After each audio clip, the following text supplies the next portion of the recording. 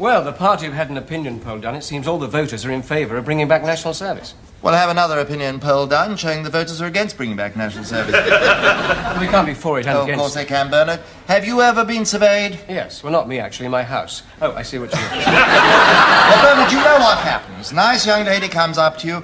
Obviously, you want to create a good impression. You don't want to look a fool, do you? No. No, so she starts asking you some questions. Mr. Woolley, are you worried about the number of young people without jobs? Yes. Are you worried about the rise in crime among teenagers? Yes. Do you think there's a lack of discipline in our comprehensive schools? Yes. Do you think young people welcome some authority and leadership in their lives? Yes. Do you think they respond to a challenge? Yes. Would you be in favor of reintroducing national service? Yes. Oh, well, I suppose I might. Yes or no? Yes. Of course you would, Bernard. After all you've told you can't say no to that. So, they don't mention the first 5 questions, they publish the last one. Is that really what they do? Well, not the reputable ones, no, but there aren't many of those. So, alternatively, the young lady can get the opposite result. How? Mr. Woolley, are you worried about the danger of war? Yes. Are you worried about the growth of armaments? Yes. Do you think there's a danger in giving young people guns and teaching them how to kill? Yes. Do you think it's wrong to force people to take up arms against their will? Yes. Would you oppose the reintroduction of national service? Yes. There you are, you see, Bernard. The perfect balanced sample.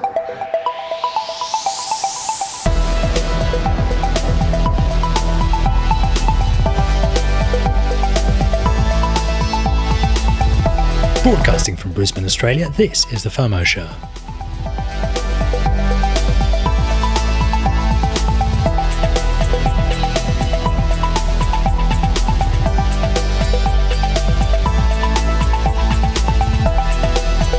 I'm Matt. And I'm Joe. And this is a fortnightly podcast where we talk about the exciting ideas changing the world today and what might change the world tomorrow. We'll help you stay across what's going on so you don't get the fear of missing out. So you can find us at FOMO.show or by searching for the FOMO Show on your platform of choice. Everything in the show is in the show notes. You can find links to the stuff we're talking about and timestamps for the relevant parts so you can always skip ahead or find it later. So this episode, we're going to be covering a bunch of Bitcoin news. It's a bit about adoption and Backed, which is coming from Intercontinental Exchange, which is the parent company of the New York Stock Exchange. We're going to be looking at a fair bit of news coming out of Microsoft as well. There's some interesting Starbucks stuff in there. And also some meatless burgers from KFC and a bit of space news. In our privacy and security segment, we are going to look at the private voice chat program called Mumble. So what have you been up to recently, mate? I have been supremely productive. I bought an electric bike. So I used to take a bus to work, which was real frustrating because it took 45 odd minutes to get to work, which should be like a 7-minute drive. But what I did, bought an electric bike, and now it takes about 15 minutes to get to work, and it's super powerful. Cool. So when you say electric bike, do you mean like a bicycle with a motor on it? Yeah, so it's like pedal assist. So it's got like a big Panasonic battery in it, and it can apparently go for 50 kilometers on that battery. And you can set the levels of pedal assist. So on the way to work, I'll set it on maximum so I don't really sweat that much. I just sort of move my feet around in a circle and it just sort of rockets around. And on the way home, I put in a bit more effort so I don't mind sweating. So yeah, that's cool. Very excited by that. Yeah, I've also been reading a book on social engineering, the art of human hacking, which is following episode 42, but that's a really interesting book. So I got that as a gift and it is awesome. And I've also been doing a bunch of like long overdue cleaning and washing and housework stuff. So yeah, what about yourself? I've just been busy being a lawyer. I've been doing my tax as well. And there's been a bunch of stuff involved in that, particularly trying to work out all the crypto gains and losses and all that kind of stuff. Also preparing for impending fatherhood, mate. So baby expected at any time? Yeah, anytime. It could be during this podcast episode for all I know. So would I just finish it by myself? I guess you'd have to. Yeah, you'd have to hold down the fort, or maybe we could do like a live check-in with how things are progressing during the podcast episode. I don't know. But tying in with that too, we've this is our first episode where we've both been in the same country, but not recording face-to-face. Yeah, because I think we've done some Skype ones previously, but this is the first time we've actually, been in separate places. We're messing around with Mumble, which I think we're going to be talking about later. But just trying to get the audio so that we can record our podcast without having to necessarily be in the same room with me passing germs to your baby. So, yeah. Yeah, just been experimenting with that a bit, and that's pretty much it. Cool. So is this podcast investment or any other type of advice? It's a great question. And I'm going to say no, this is not investment or any other type of advice. We're not saying you should buy anything at all. Yeah, so full disclosure, we're both personally invested in a number of different shares, funds, and cryptocurrencies, some of which we talk about on this show. But if we talk about an investment product, it doesn't mean you should buy it. So do your research, never invest more than you can afford to lose, and most of all, avoid the fear of missing out. So this episode, we're giving away a Coinstorage Guru card. Yeah, so no one, thankfully, was able to discover both of our first, middle, and last names. So we're safe on that one. So this week, we thought we would give away another one, but perhaps make it a little bit easier than the previous challenge we set. So this episode, we're giving away this Coinstorage Guru Safewords kit. So Safewords is a safe, low-cost way of backing up your crypto wallet. So yeah, you follow the instructions, but it's 3 cards that are on there, and you can write down your seed key for any wallet that has an 8, 12, 18, 24, or 25 word mnemonic seed. So what you do is you write 2/3 of that on 3 different cards, and essentially with any 2 cards you can fully put together your seed, but with any 1 card you can't do that.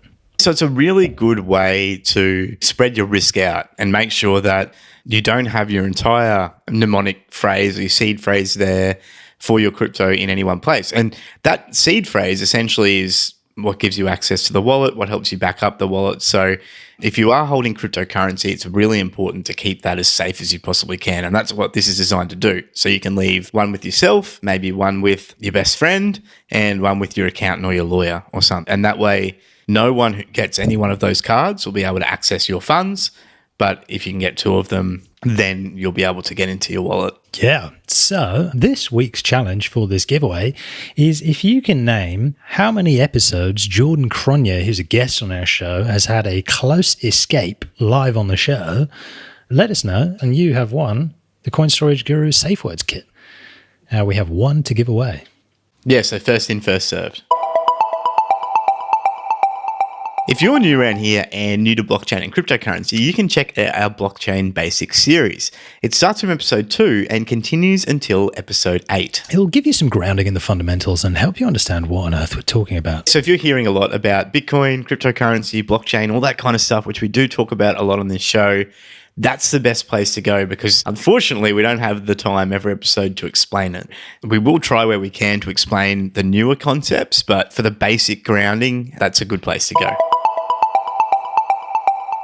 This week, we got a bunch of news that's going on, loads of crypto news. I mean, plenty of talk has been there about the price, and we're not really going to talk about that. But there's been a bit of a pump recently, and there's been a raft of news that are related to it. So the first bit of news is that 11% of Americans own Bitcoin and major awareness has increased since 2017. Yeah, so this is coming from a survey published by Spencer Boggart of the venture capital firm Blockchain Capital on April 30th. They looked at the percentage of people who had heard of Bitcoin. Now, in autumn of 2017, it was only 77% of people had heard, but spring of 2019, 89% of people had heard. So that's like what? It's kind of like from 3/4 to 9/10, I guess. Yeah. And the likelihood of actually buying Bitcoin has increased from 19% likelihood to 27% likelihood in that same time period. Yeah, and they even went further in this survey. They looked at what would people prefer between traditional investments and Bitcoin. And so, for example, in 2017, 18% of people would prefer Bitcoin to government bonds, 21% in spring 2019. And similar with stocks, similar with real estate, and interestingly, gold has gone up from 8% to 12% as well. So it seems like across the board, people's preference for Bitcoin and comfortableness, if that's a word, with Bitcoin is increasing as time goes on. Yeah, and interestingly, they made some notes about different age ranges, but they found that while only 37% of people under 35 are invested in the stock market, the data points that 20% of those in the same group own Bitcoin, which is pretty surprising. It seems to be a general trend with the younger ages, and you can see this on some of the other graphs too, that the younger people are, the more like to purchase Bitcoin. And it seems to be increasing in those age groups, and there doesn't seem to be as much of a willingness to jump into the stock market for those age groups as opposed to crypto. So it's really encouraging, and I guess it's to be expected. I mean, Bitcoin, it's a new innovation. It makes sense that older people probably aren't into it as much as the younger people, but yeah, really interesting study. So we'll keep an eye out for the next one as well and check in on that when the time comes.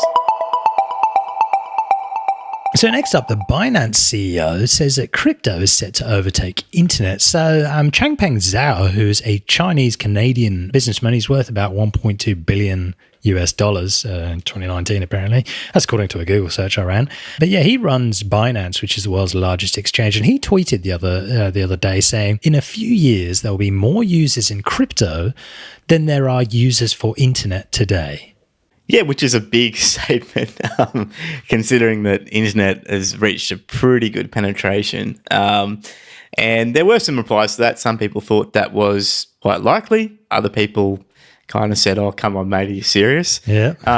But you got to take it with a little bit of a grain of salt because CZ does run the largest exchange in the world at the moment. So he's understandably bullish because that helps his business. But it's a cool statement to see, and I think it's mirrored in a lot of areas in the industry as well. And you've just got to look at the adoption rates in the emerging economies to see that there is a lot of appetite for Bitcoin and things like it in places where, yeah, there may not be that much internet penetration. He's talking about like large numbers of people getting on board here. But how would we make sure that this sort of decentralized connectivity, how would that be possible? Well, one answer that's kind of come about in the last few years is looking at mesh networks and also satellites. So a mesh network is essentially something which allows you to dynamically connect to other devices in your vicinity. And you don't necessarily require servers. So with our current internet infrastructure, we connect to servers, and that's how we get all the information from the internet. We take it from static servers located, somewhere in a nearby city or something like that. A mesh network, essentially all you need is two devices, and then the more devices that are in the vicinity and connect to the network, the bigger the network grows. But there's no real single routing point. Everything routes through everything else. So there are some similar networks that are like that already, but there has been one problem that could potentially come up with that. So if you're connecting just to nearby devices and then you're helping spread their packets or information from them to other devices, the question arises, how would you route messages through sparsely populated areas or over high mountains or across oceans? Because it could be a real problem if there's no sort of bunch of mesh devices that are floating on the ocean. There's one potential solution, which is having gateways that connect different decentralized networks. For example, you could have a local mesh network in a town and everyone, let's say, could be connected to that mesh network and connected to each other. But then getting that mesh network to another town is going to be quite difficult. So there are potentially other ways you could do that. So you could say connect to a satellite and have the two towns that are near each other both connect to that satellite and essentially beam down the connection into a couple of the nodes in those mesh networks and have everyone else connect off them. Another way is to do that with phone antennas and things like that as well, or the long-range radios. There's a number of different solutions that have been proposed for connecting these localized mesh networks. Interestingly, Blockstream and GoTenor announced a project that provided a pretty cool demonstration of how a gateway could leverage the benefits of connecting those different networks. So this project integrates a GoTenor mesh device with an off-grid Bitcoin full node, which is connected to the Blockstream BlockSat satellite systems. What this means is that users will be able to receive blockchain data to confirm transactions via a satellite and then send new signed Bitcoin transactions via the mesh network without ever having a direct internet connection, which is a really big deal because we're seeing that a number of nations are starting to talk about censoring cryptocurrency. I think we covered India a couple of weeks ago, which has a very, very, very large emerging population that are unbanked. And even the US, just recently, one of the senators was calling for a complete ban on cryptocurrencies as well. So there's this real concern that there may be areas in the world that are either censored or so remote that they can't get access to this global financial network because they can't get access to internet. But if you can beam something to space and then share it via your phone to everyone else with a phone or something similar or a Raspberry Pi or whatever, then you don't need to worry about censorship at all. And you don't need to worry about having internet at all, which is a big deal. So interestingly, with this same sort of mesh system, the new version of this software that I believe it's called TextTenor Python. So this sort of script that works on top of this GoTenor mesh radio, this also relays API data received from those Blockstream satellites to nearby mesh nodes. So with this API, anyone with an internet connection could anonymously send encrypted messages via satellite to receivers almost anywhere on Earth, all paid for by confidential micropayments using the Lightning Network. That's a massive deal because, as we know, China are a big one that have struggles with pretty hard censorship and unable to get to different websites and send messages over different services. But if someone can connect to a satellite, that's really all you need. It's basically potentially a way to completely circumvent censorship. So it's all quite theoretical at the moment. I guess we'll just have to wait and see what happens. Yeah, some interesting technical information in that link. So yeah, do check it out. Next up, the New York Stock Exchange owner is apparently ice cool with the crypto winter as profits climb. Yes, the collapse in value of cryptocurrencies came at an opportune time for Intercontinental Exchange Incorporated, allowing the exchange operator to buy assets at a discount for its long-awaited crypto trading platform affiliate Bakkt, the head of the company said on Thursday. He said that it's been really helpful that the cryptocurrency industry sort of went through what they call a winter. So, yeah, they actually been making some pretty big purchases on that. And not only that, they've been scooping up talent and building out Bakkt, including through acquisitions. So they actually, Intercontinental Exchange also said on Monday that they bought the crypto custody firm Digital Asset Custody for an undisclosed amount. Do you think there's a big future for that kind of stuff? Because we've had this debate before, but the fact that at the moment, if you want to get into crypto, I mean, we tried to onboard someone a couple of nights ago and it was funny having to explain public and private keys and two-factor authentication, all that kind of stuff. But there may be some real value in having a custody provider, essentially. Absolutely. I mean, it's the main thing that comes into it is trust here. So, I mean, arguably very few have such a reputation as someone like Intercontinental Exchange. I mean, it's very regulated, it's very official, they've got a very good brand name, so trust is pretty key, especially when it comes to significant amounts of money and you want to be sure that it's safe. Does make sense. I mean, we saw that Fidelity were doing something in that as well. They're doing stuff on digital asset custody. Yeah, and if you run a Google search for digital asset custody, then Fidelity Digital Assets is actually one of the top ranked there. Yeah, because I guess if you're getting into it as more of an investment and less about a payment method, you don't actually want to take the risk of having the wallet and holding your own private keys when you're used to having someone else take custody of your investments for you and just guarantee that they're going to keep the custody safe and hold all the title on your behalf. Interestingly, when you look at Fidelity's digital asset solution, the way they're marketing it is their headlines are institutional grade security, where they talk about physical, cyber and operational controls, multi-level safeguards. But then they say enterprise scale, professional custody services, 70 plus years of financial experience, tested institutional capabilities. And then they have client service, dedicated team, 24/7 availability, But that's really something that these big players have. The new guys certainly don't.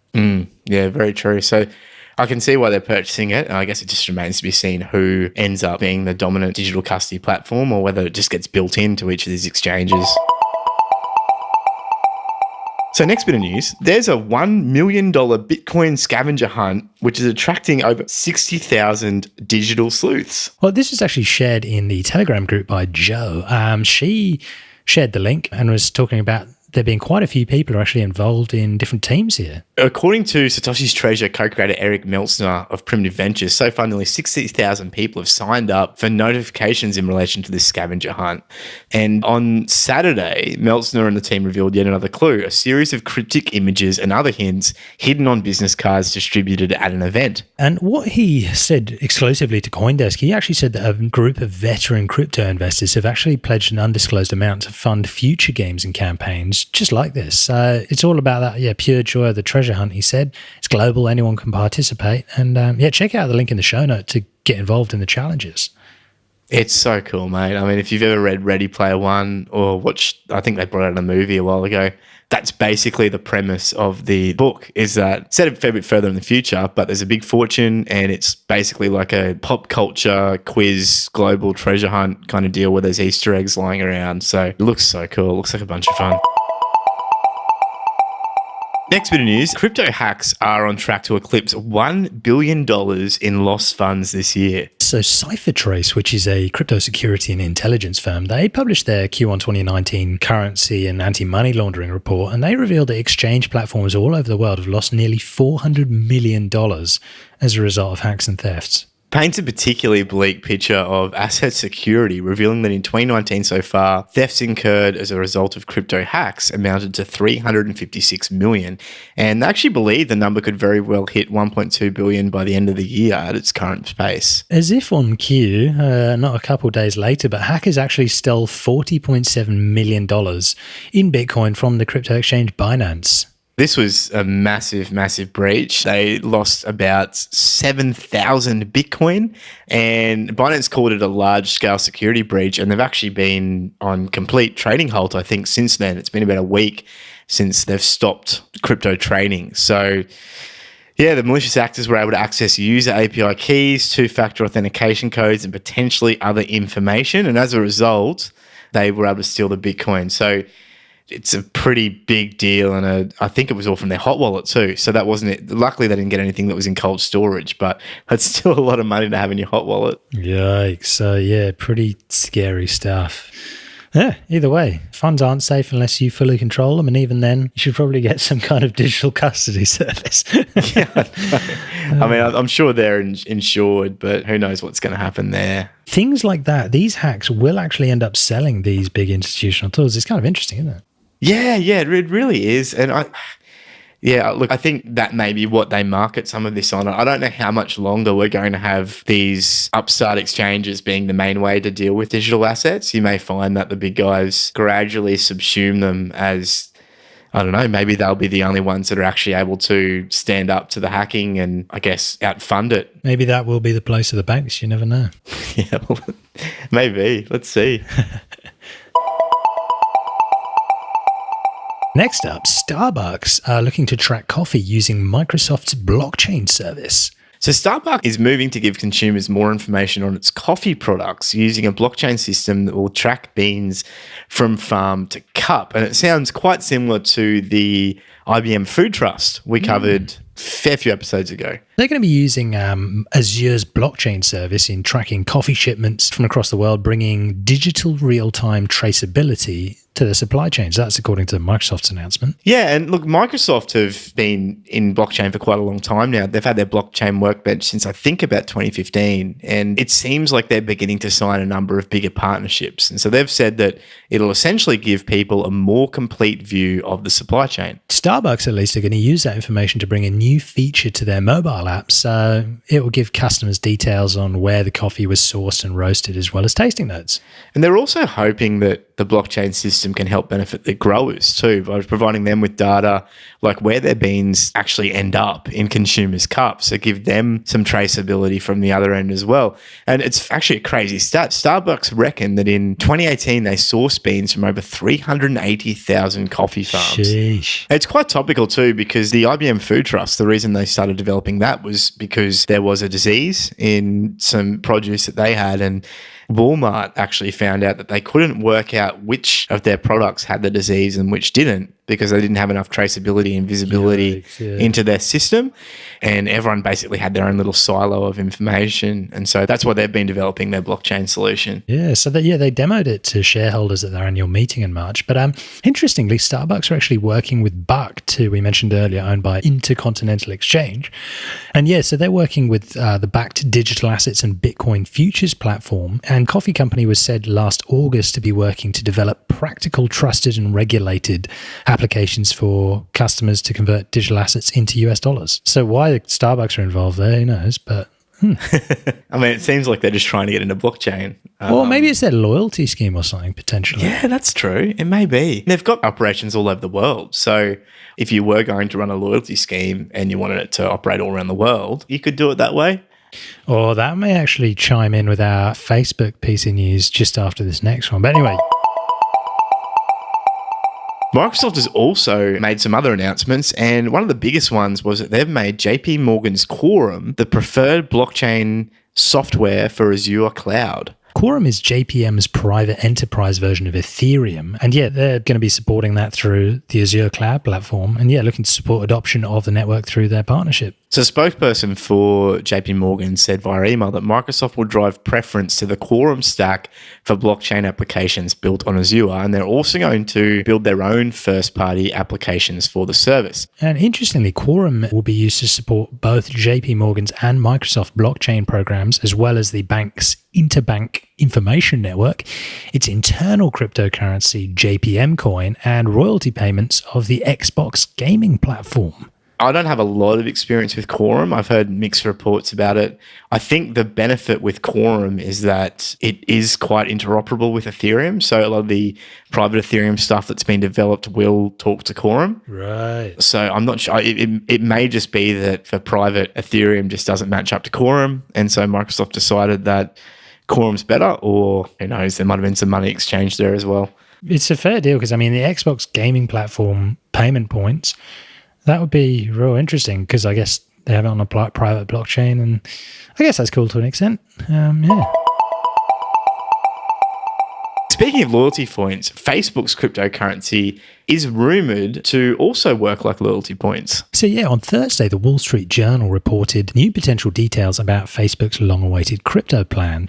They're reportedly seeking dozens of business partners, including online merchants and financial firms, to extend the reach of its blockchain marketplace. So Facebook's would-be partners are being asked to pitch into an investment fund valued at $1 billion or more that would serve as a backing for Facebook's coin and mitigate the wild speculative swings that make cryptocurrencies like Bitcoin hard to spend. The pitch actually involves offering merchants lower fees than credit cards. Which is a fair selling point. But yeah, interestingly, WhatsApp appears to sit at the center of their commerce stuff. Because, I mean, Facebook said that WhatsApp Pay is currently on limited trial in India, and they would actually expand to additional unnamed countries later this year.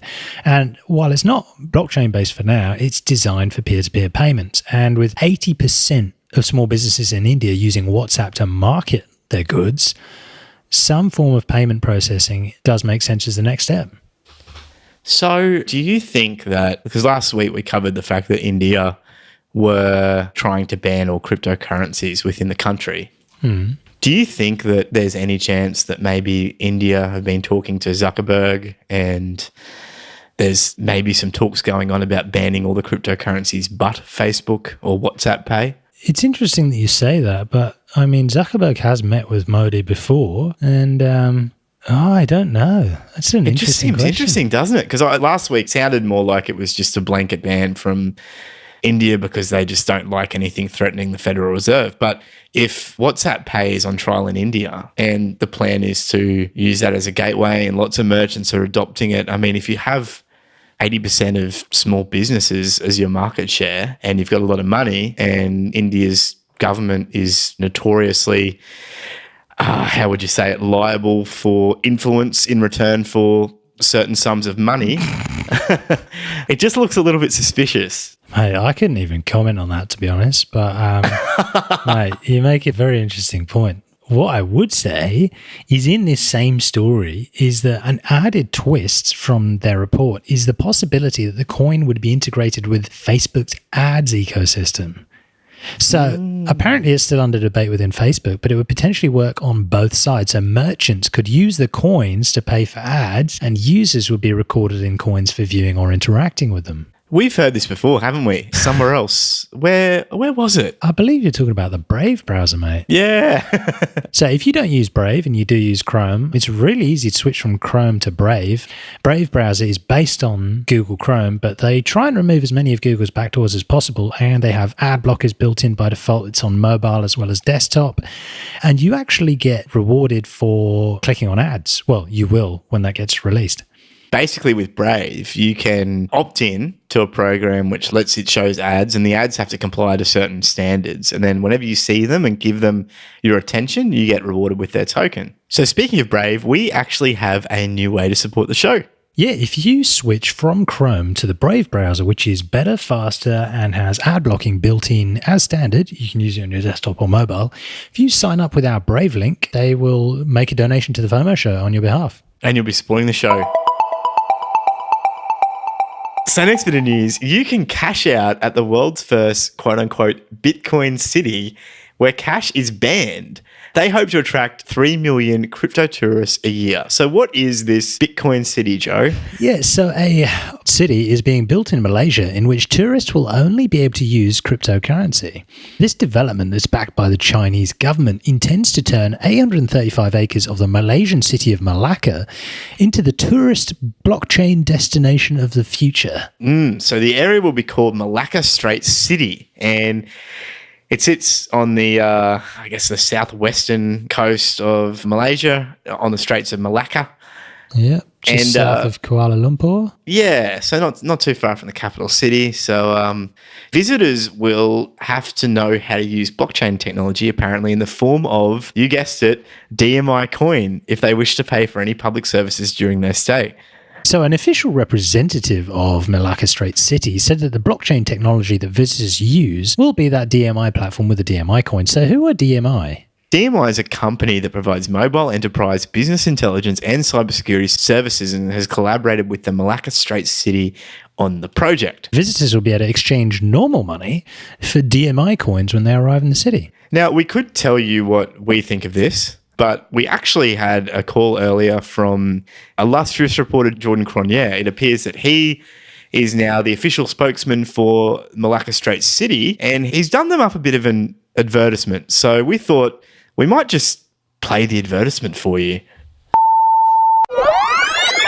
Are you tired of fiat money? Are you fed up with exchanging funds everywhere you travel? Sick of having banks own you? Well, lucky for you, there's a place where you can get away from all of that, huh? Welcome to Malaysia, where we love crypto and everything it stands for. That's why you can come visit and tour our lovely crypto cities. Each city has its own unique cryptocurrency, which is the only one that you can use within its boundaries when you arrive. You'll be greeted with our revolutionary Central Reserve kiosks, letting you change all your corrupt, limited bank money into that city's cutting-edge cryptocurrency. And simply tell us how much you want, write down your 50-digit public and private key, and you're good to go, minus the 5% exchange fee, of course. Run out of cryptocurrency? No worries at all. Just travel back to the Central Reserve kiosk and buy some more. We've improved on much of the ideas of Bitcoin, Ethereum, and others that we've decided not to allow any of these old cryptocurrencies within our cities. And the best thing about our incredible new system is that each currency is a closed ecosystem, meaning that when you reach your next city, you don't have to worry about exchanging it for another because they won't let you, huh? So instead, you'll have to exchange your bank money from another wallet and private keys. We're so proud of how different this is to the legacy banking system, and we hope you are too. So come visit our crypto cities today. Don't forget to plan ahead and work out which cryptocurrencies you'll need for the cities. Malaysia, missing the point since 2019, huh? There is some good news. So there's a bit more competition between the crypto markets and the old traditional financial systems. SWIFT, the International Financial Transaction Network, they've launched a new investigation and resolution service. Yeah, so SWIFT announced the launch of an in-flight payment investigation and resolution service available in the cloud in a significant expansion of its apparently network-wide payments validation toolkit. This new capability allows for dynamic query handling between banks on the network, enabling them to quickly resolve instances in which required operational, regulatory, compliance information or whatever is incorrect or missing. It's basically helping Swift to flesh out its international offerings, because up until probably 5 years ago, Swift was very complicated, but it wasn't that robust. So they didn't really have much need for innovation. But now with crypto coming in, and even, I guess, companies like Ripple essentially saying we're going to be the payment layer for banks, Swift seems to really be getting on their horse now and trying to come up with a number of ways they can differentiate themselves and keep their market share. Their head of banking, Harry Newman, he said, in our drive towards frictionless payments, we're working together to bring this net-wide thing to ensure a smooth payments process. It's been a constant bugbear of many banks that whilst the minority of payments are held up by these errors, they're frustrating, time-consuming and costly. So ultimately, all 10,000 banks on the network will be able to use these tools. So basically, old money will try and have fewer problems. I mean, look, there is good progress being made in a number of areas with banks. I mean, I've recently been using the PayID service, which I think is run by Osco here in Australia. Have you used that at all, Joe, the PayID stuff? I have not, but I think I've paid 2 PayIDs, but I don't have my own PayID. Yeah, it is really quick. Like, essentially, they've just created another payment layer, almost like a PayPal, I guess, that works directly with the banks.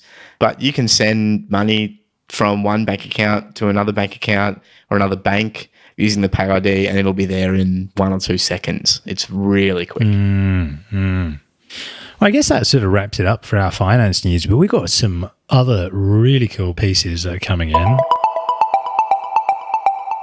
Burger King is going to be selling meatless Whoppers across the United States this year. So on April 1st, Burger King announced its plans to begin selling these meatless Whoppers in St. Louis in America. And first of all, it kind of seemed like it was an April Fool's Day prank, but it was actually just a coincidence that it came out on that day. They will really be selling meatless Whoppers in the US. They are planning to test Whoppers containing these plant-based patties created by Impossible Foods in additional markets, with the goal of a nationwide rollout before the end of 2019. So that could actually bring meatless meat to mainstream America. Yeah, and the tech's been under development for quite a while, but it does seem like it is starting to emerge in a number of mainstream areas now, and reports seem to be saying that it's not too different in taste to real meat. Yeah, well, do you know what? Interestingly, this meatless Whopper thing aside, they've got this vegan Whopper in Australia, Hungry Jack's, which is the Burger King brand in Australia. And I've heard people say that they've tried it and it was incredibly delicious. So, really? I mean, even these ones are apparently really, really good. So, Yeah, I wonder, because the big issue with most meat patties, obviously, is that they're quite processed and sometimes put a whole bunch of other stuff in there. It's not just meat. I wonder how these meatless meat patties are made. Like, I wonder if they're processed to the same extent. I wonder if they're adding additives or whether it is all just vat-grown, natural, I guess, ingredients. I'm not even really sure what's in them. Well, that's you and me both, mate. But look, meatless meat is coming, I guess, to a vat near you. Positive. Hey, next one. Amazon says that they could have fully automated warehouses in 10 years. So not all of the 125,000 people who work at Amazon warehouses have to worry about losing their jobs to robots, at least for not 10 years or so, because Scott Anderson, who's the director of Amazon's robotics fulfillment division, has said that it would be at least 10 years before Amazon could entirely automate the fulfillment process. Yeah, so he said in the current form, the tech's pretty limited and it's far from the fully automated workstation that we would want. So sadly, according to them, I think the problem with the bots is that they simply aren't as adept as humans at the actual process of picking up merchandise.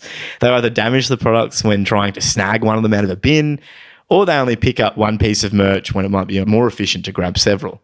Training these robots to handle and pack fresh food, the Amazon warehouses, because they do a lot of fresh food stuff in the US, it's pretty challenging. They said, just imagine if you want bananas. Reuters quoted him as saying, they quoted the global director of environment, health and safety.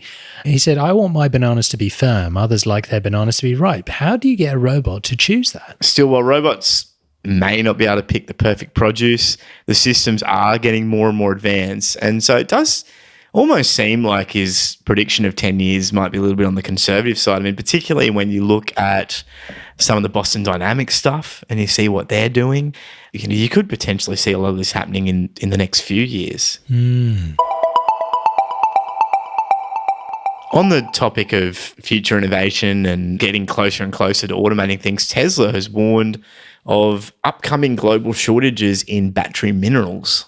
That's according to sources at a closed-door mining conference in Washington in the United States. So 2 unnamed sources at the event told Reuters that Tesla global supply managers for battery metals, Sarah Marisale, forecasted looming supply challenges for the metal components to make EV batteries, including nickel, copper, lithium, and cobalt.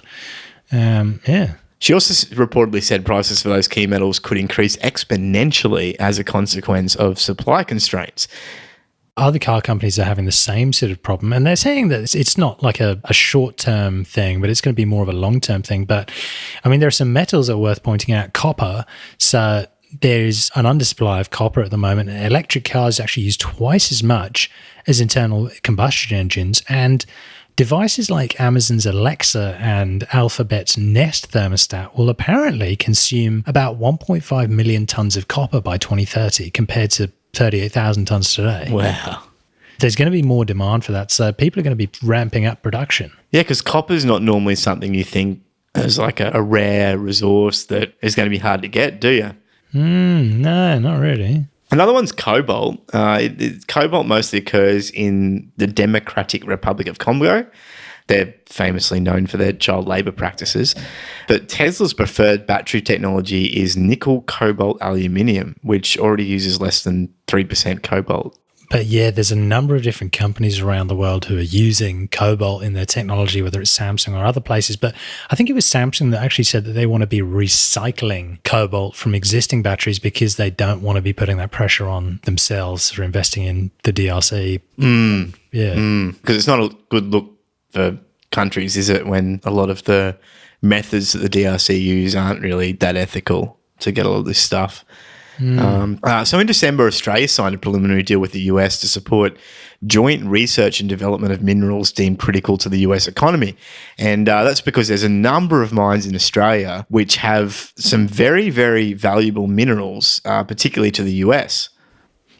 So the Australian Resources Minister said at the time of signing that Australia wanted to supply more minerals to the US in the wake of that agreement. So he said that for 14 of those 35 critical minerals, we're actually in the top 5 of world reserves. So Australia's going to be focusing on them at least.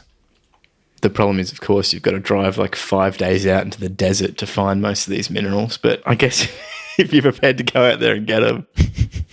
But yeah, interesting stuff on metals. So yeah, I have no idea about the mining sector. So I've never even thought about investing in it. But I've heard some people talking about some of these new mining companies because there are a number of new venture companies popping up in Australia with some pretty decent funding, because it's quite hard for a lot of them because there's the exploration phase. So you've essentially got to fund, a lot of the cost is in the exploration. It's not even in the mining itself. It's going out there, because then you normally got to either buy the land or lease the land from someone, and you're never really sure if the deposits are even there or not.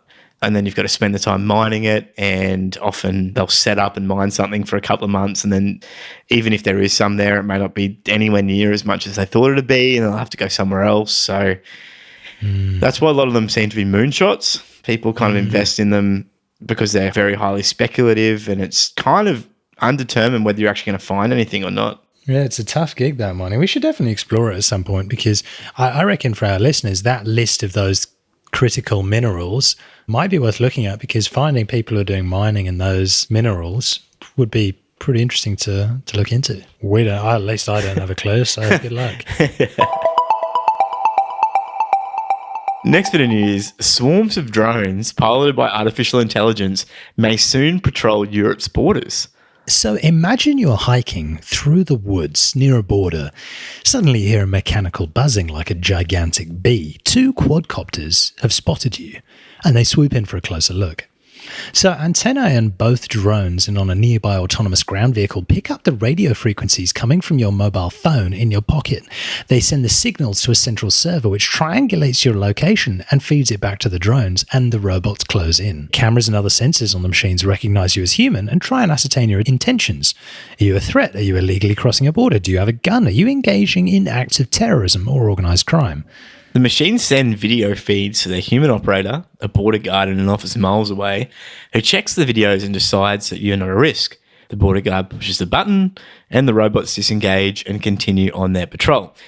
That's not science fiction. So the EU is financing a project to develop drones piloted by artificial intelligence and designed to autonomously patrol Europe's borders. So they're going to operate in swarms, coordinating and corroborating information among fleets of quadcopters, small fixed-wing airplanes, ground vehicles, submarines and boats. Developers of projects, and this won't give you shivers on your spine, that the project is known as Robe Order or Reborder, says the robots will be able to identify humans and independently decide whether they represent a threat.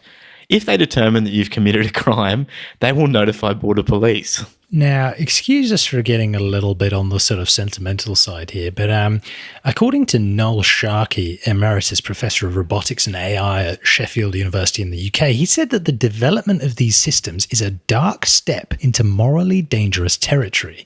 He listed some examples of weaponized drones that are currently on the market, so flying robots equipped with tasers, pepper spray, which is a chemical weapon, rubber bullets and other weapons, and he warned that the implications of combining that with AI-based decision-making is only a matter of time until that gets used against people. Yeah, and the technology is cool in a sense that they're developing technology that can automatically fly these drones and identify different things, but it gets, you're getting into Skynet territory, aren't you? Like you see between this and watching some of those Boston Dynamics robots which look like humans and they're like jumping up the crates and holding weapons and doing all different stuff. It's AI and robotic-based policing just doesn't seem like it's too far off, does it? I feel like it's our civic duty to make a sort of a 5-minute video where it's split into 2.5-minute segments. One is like the dark side of where humanity's going with technology, and the other's the bright side. Yeah. Because they're so interesting. I mean, when you see robotics and the advances that you could have with automated farming and practices like that, the tools that can actually provide for society and produce a huge amount of value versus the ones that could, it's almost like a yin and yang video of like those two different sides. That would be a cool project to do one day. Oh man, it just like the whole idea of robot police, augmented, weaponized robots policing a population is just so dystopian. But wouldn't it be interesting, the fact that your police officer would at least finally know what the law is? Let's go into our space news. The ISS, the International Space Station, now has an algae bioreactor generating both oxygen and food. This is so cool. So astronauts are about to start testing out a new device called a photobioreactor, which uses living algae to convert carbon dioxide to breathable oxygen and produces edible food. Yeah, so it arrived at the ISS on Monday and will soon be used in concert with another closed-loop life support system that converts carbon dioxide to usable methane and water. And the leftover carbon dioxide will be consumed by the algae, according to space.com. If all goes well, astronauts on future missions to deep space will get more than a viable source of oxygen. The protein-rich algae could someday make up as much as 30% of an astronaut's diet. Delicious. It's like going to be like the Whopper burger thing. Interestingly, the German scientist who was leading that project said that we're right at the forefront when it comes to the future of life support systems. And he said, of course, the use of these systems is primarily for planetary base stations or very long missions, but these technologies will not be available when needed if the foundations are not built today. So this is really cool, and it's on the International Space Station now. Yeah. And if you can do it on the International Space Station, you can do it on a long mission. Yeah. It was basically the same. They're both cut off. The only way to get stuff up there is to shoot things up into space. Following on from that, Jeff Bezos has actually announced plans to colonize space. Yes, so Jeff Bezos, the guy who runs Amazon, he actually started back in, I think it was 2000, he started Blue Origin, which is a privately funded aerospace manufacturer and suborbital spaceflight services company, according to Wikipedia. And yeah, they've got 1,500 people who work there. Jeff's vision for humanity to colonize space and for civilization to become primarily space-based is to do it through essentially trying to push the industry on so that we can move to space and use the resources of the solar system. And he's doing that firstly through the Blue Moon lunar lander. Yeah, so this is a large lunar lander capable of delivering multiple metric tons of payload to the lunar surface based on configuration and mission. There's a larger design of the lander that can stretch to carrying 6.5 metric tons. The one that they revealed the other day can carry 3.6 metric tons. So yeah, it's pretty crazy. Yeah, so they've got the goal of, this sounds a little bit funny, putting Americans on the moon by 2024 with the Blue Moon lunar lander. Yeah, so that's how many, so was it 1969 that humanity first landed on the moon? That's 55 years later. That was, 69, you're right. Yeah, that's unreal. Huh. So it's all powered by the BE7 engine, and it's a new addition to the Blue Origin's family of engines. It's got 40 kilonewtons of thrust, and it's designed for large lunar payload transport. Now, the engine's propellants are a highly efficient combination of liquid oxygen and liquid hydrogen, and it will have its first hot fire this summer. They're going to be selling that engine to other companies for use in space and lander applications. Yeah, the next piece of news was Club for the Future, which is a not-for-profit founded by Blue Origin, dedicated to inspiring and engaging the next generation, which is really important when it comes to stuff like space mining, because this is going to take a while to kick off. There's also the New Glenn, which is a heavy lift orbital launch vehicle in development by Blue Origin. And the design and work commenced on that in 2012. And it was initially unveiled in 2016. And it's designed as a two-stage rocket with a diameter of 7 meters. Sheesh, that's huge. Is it? 7 meters across compared to SpaceX's heavy one. That's pretty crazy. Isn't it cool that we've got like two very rich people now with two well-funded companies competing against each other for private space exploration? I love the competition. That's it's great. Just perfect. Yeah. Yeah. And I mean, they both stand to do very well from that because, I mean, space is going to get real hot in demand. Yeah. If it's not already, I mean, people want to send up satellites. Blockstream send up a satellite. I mean, it's affordable. Yeah. In October of 2018, the Air Force announced that Blue Origin was awarded $500 million for the development of this New Glenn massive rocket as a potential competitor in future contracts. There were plans for first tests to start in 2020. This first stage, which is powered by 7 BE4 engines, is designed to be reused 25 times and has a 7-meter fairing. That's awesome. Reused 25 times. That's great. And yeah, it will lift 45 metric tons to low Earth orbit and 13 metric tons to geosynchronous transfer orbit. That's a lot of algae.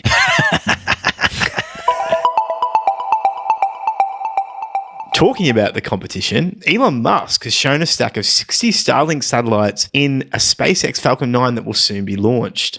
Yeah, SpaceX will be able to start operating the Starlink network with 800 Starlink satellites.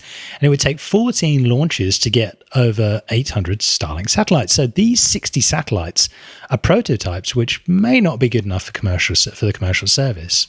So each Falcon 9 launch will cost SpaceX about $30 to $40 million. And SpaceX charges $50 million for each launch. So they've got the profit margin. Each Starlink satellite will cost about $1 million to launch and likely costs about $1 to $2 million to build. So that's about $2 to $3 million per satellite.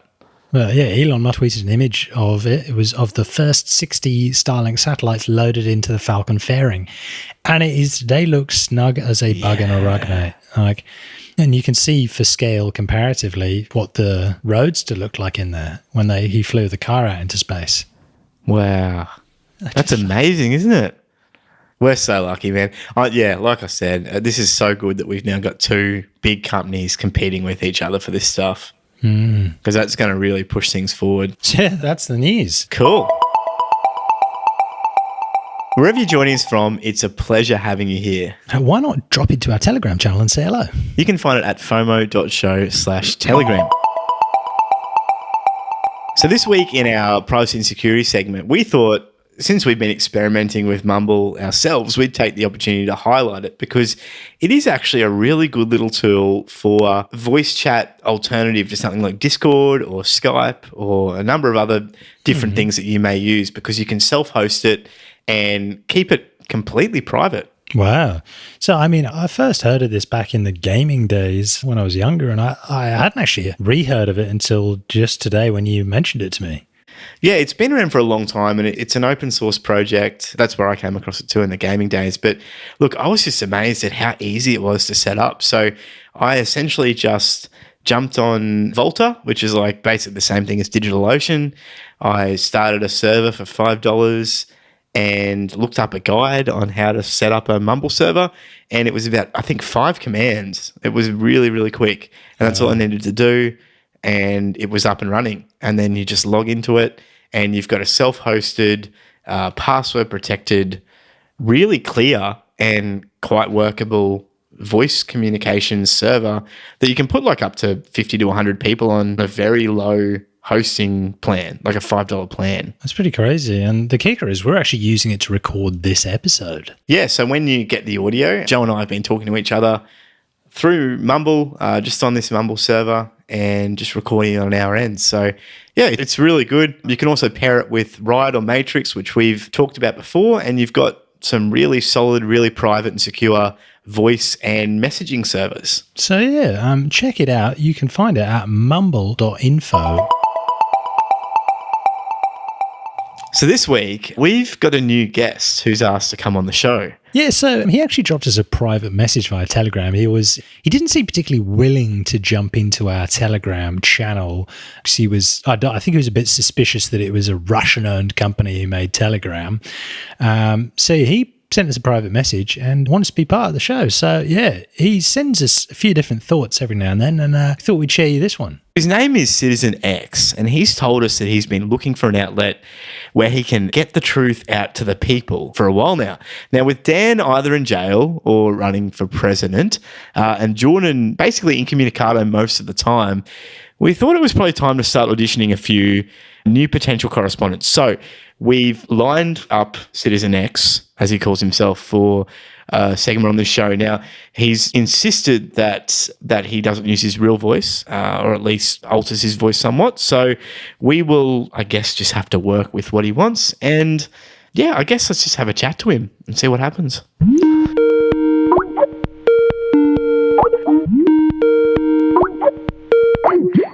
Well, welcome to the show, Citizen X. It's great to have you on. What's up, man? What's up? What's up? I can't be here too long, you know? No, I completely understand, Citizen X. And look, I very much appreciate you taking the time to come on. Look, we have encrypted some of this, but look, I can't give you any guarantees. Yeah, I don't take any guarantees, man. Okay, so what do you want to tell us about this week then, X? I've been thinking about Craig Wright, man. Craig Wright. I've busted his case wide open, man. Okay, so this is Craig Wright, the self-professed He's fake founder. Tashi, man. He's fake Tashi. Fake Tashi. Okay, well, I mean, why do you say that, Citizen X? I figured it out, man. I've been connecting dots. I'm a dot connector, right? I've seen news, I've seen this, I've seen that. And I discovered he is the system. Craig Wright, he's always talking about government, he's talking about power, he's talking about revolutionizing currency, man. He's talking about global systems, he's talking about global money, and it's crazy, man. What I figured out is that Craig Wright is the deep state. He is put in there as a player to destroy crypto from the inside out, man. He is the coming dark age. Wow. Okay, Craig Wright is the coming dark age. So was there anything that gave this away for you, Citizen X? I mean, was there something that Craig Wright did that kind of tipped you off to this? It's the court cases, man. If you look at the court cases, they've got, there's the national security, stuff which they won't talk about to do with the cases. That sets off the red flags, man. The other one is the fact that he loves government, man. The government can't be trusted, man, and neither can he, because he loves government, so he is the enemy, man. He is the system. He is what we should fight against, man. Right. Okay. Well, ScissorNext, thank you so much for your research, and we look forward to having you on again. I guess we'll have to chat about what you may want to talk about next week, but thank you very much. He is trying to put in global currency, man, and you cannot buy into his bull. Hey. Brilliant. Well, until next week, ScissorNext, thank you very much. Know someone who might enjoy this, please feel free to share it with them. You can find us at FOMO.show. You can join our Telegram at FOMO.show/Telegram. You can follow us on Twitter at _FOMO_show.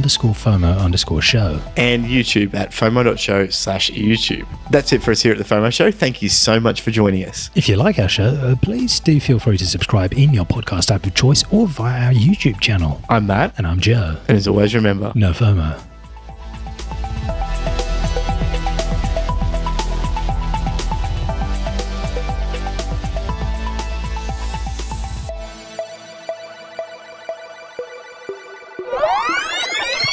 Yeah. So maybe you as a lawyer might be able to hold a legitimate debate with the officer about the intricacies of whether...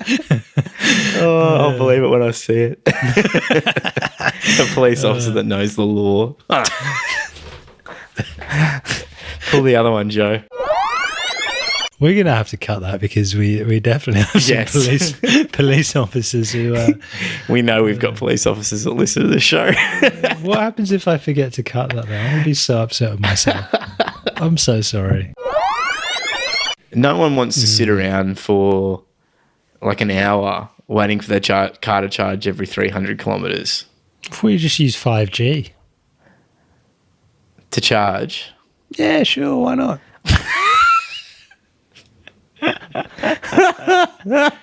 Fry your brain while you're frying your car. Space news. Space.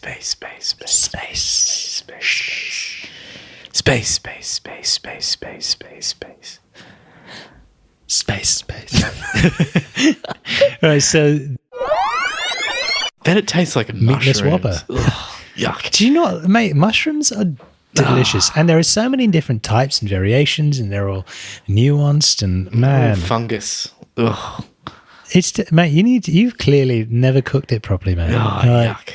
Yuck. There's Look, if all we can eat in space is mushrooms, count me out. Okay.